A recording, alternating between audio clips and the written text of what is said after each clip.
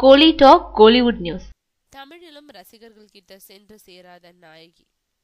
தமிழ் தெலுங்குல த்ரிஷா நாயகியா நடிக்க நாயகின்ற பெயர்லயே ஒரு படத்தை த்ரிஷா கிட்ட மேனேஜரா இருந்த கிரிதர்ன்றவர் தயாரிச்சாரு.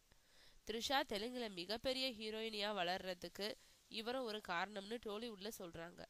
படம் முடியும் வரைக்கும் நல்லா இருந்த அவங்களோட பயணம் பட வெளியீட்டின் போது அதல பாதாளத்துல விழுந்துருச்சு. தெலுங்குல வெளியான போதும் எந்த ப்ரமோஷனுக்கும் வராத த்ரிஷா தமிழ்ல கடந்த வாரம் வெளியான போதும் அதையே தொடர்ந்தாங்க. இப்படி ஒரு படம் வெளிவந்துச்சா இல்லையான்றது ரசிகர்களுக்கே தெரியாத ஒரு நிலை ஏற்பட்டது. படத்தோட பத்திரிகையாளர் காட்சி கூட வேணாம்னு சொல்லிட்டாங்களாம்.